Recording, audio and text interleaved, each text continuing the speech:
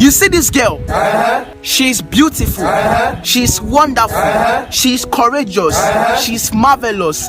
She's brilliant. She's special. And she's the apple of God's eyes. When you see her, dash her money. She deserves it. Yes, dash her money. She's too beautiful. Into some I not tell anybody, say na secret. But I understand this thing where you dey talk now. Okay. You need to go tell my auntie. Tell everybody, say I dey take my assignment serious. Okay. Say I dey clean her house. Okay. They clean me. In case they find me, when they don't say clean, they clean me. Tell my auntie. Okay, no problem. And when they clean you, that thing where they find you go see her. So be dirty. You not dirty pig now you be. Person want clean me, you there you're not the jealousy. Which kind of sense talk that one? Why was this bag named Ghana Must Go? Many Nigerians, especially the Gen Zs, thought it is just a nickname. No, it is not just a nickname. Something actually happened. It was due to a deportation exercise that happened back in the days in Nigeria. Sit back, relax. Let me tell you why and how.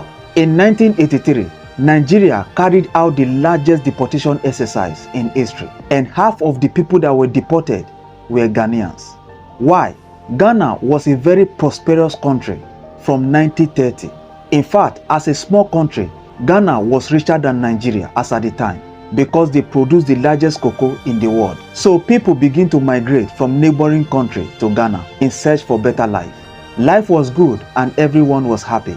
But fast forward to 1969, Ghanaians begin to feel that Nigerians were taking over the jobs and other things in the country. So the government decided to deport all the immigrants in the country, and half of these immigrants were Nigerians. But later on, the table turned around. Before the deportation in 1969, oil was discovered in Nigeria in 1958.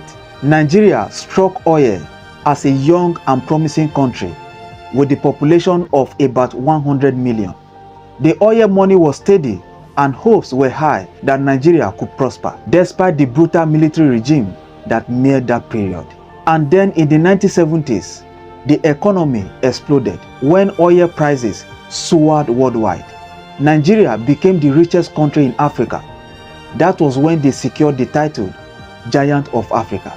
The standard of living improved, things were going fine in the country, and everyone was happy. Meanwhile, while Nigeria was booming due to the oil discovery, Ghana was facing the opposite. Nothing was working in the country. There was hardship everywhere in Ghana. So Ghanaians plus other neighboring countries begin to migrate to Nigeria in search for better life. Ghanaians migrate to an extent that almost every Ghanaian has a family in Nigeria. Across the 19 states that existed then in Nigeria, primary and secondary school were all filled up by Ghanaian teachers. Restaurants and brothels were flooded with migrants from different neighboring countries. Then suddenly in 1982, the oil began to crash. Global oil prices started to dip. And as expected, food prices skyrocketed. Things became very difficult in the country due to the oil crash.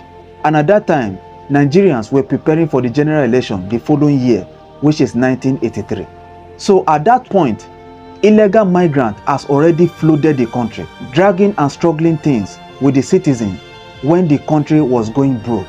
The late Shehu Shagari was the president of Nigeria as at the time. So in order to create a breathing space for the citizens to manage whatever the country has as at the time, the government decided to carry out the deportation exercise. It was in January 1983. The president then gave an order that every foreigner without authenticated traveling document should leave the country in 2 weeks or face being jailed.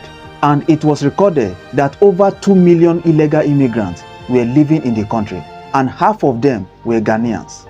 Like I said, they were given 2 weeks to vacate the country.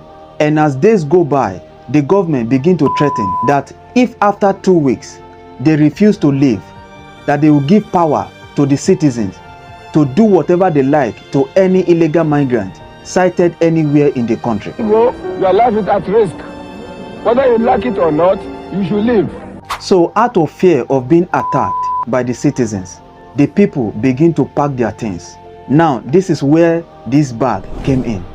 Most of the bags that were used during that time was this bag, because it is easy to drop things inside if you are in a hurry. Many Ghanaians used this bag as they were leaving the country. That was why Nigerians named this bag Ghana Must Go. As you can see in the video, I almost shed tears while watching this because many things happened after they left the country, which this video might be too long for me to explain. Some neighboring countries had to close their border. Some people died on the way and things happened before they get to their country. And up to today, even while I was still making this video, many Ghanaians still believe that Nigerians carried out that exercise as a retaliation because of what happened in 1969, which to me was never the case. Nigeria was going very broke as at the time, so they had to do something. I am so happy both countries are doing very fine and they are in a good relationship. Please, I am still a small boy. I'm not even up to 30 yet.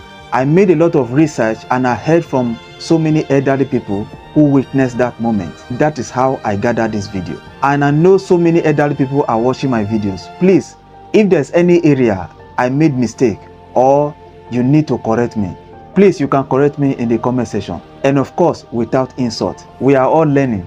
That is the purpose of this page. And if you are new here, check my page. There are so many interesting content you might like. And don't forget to follow us.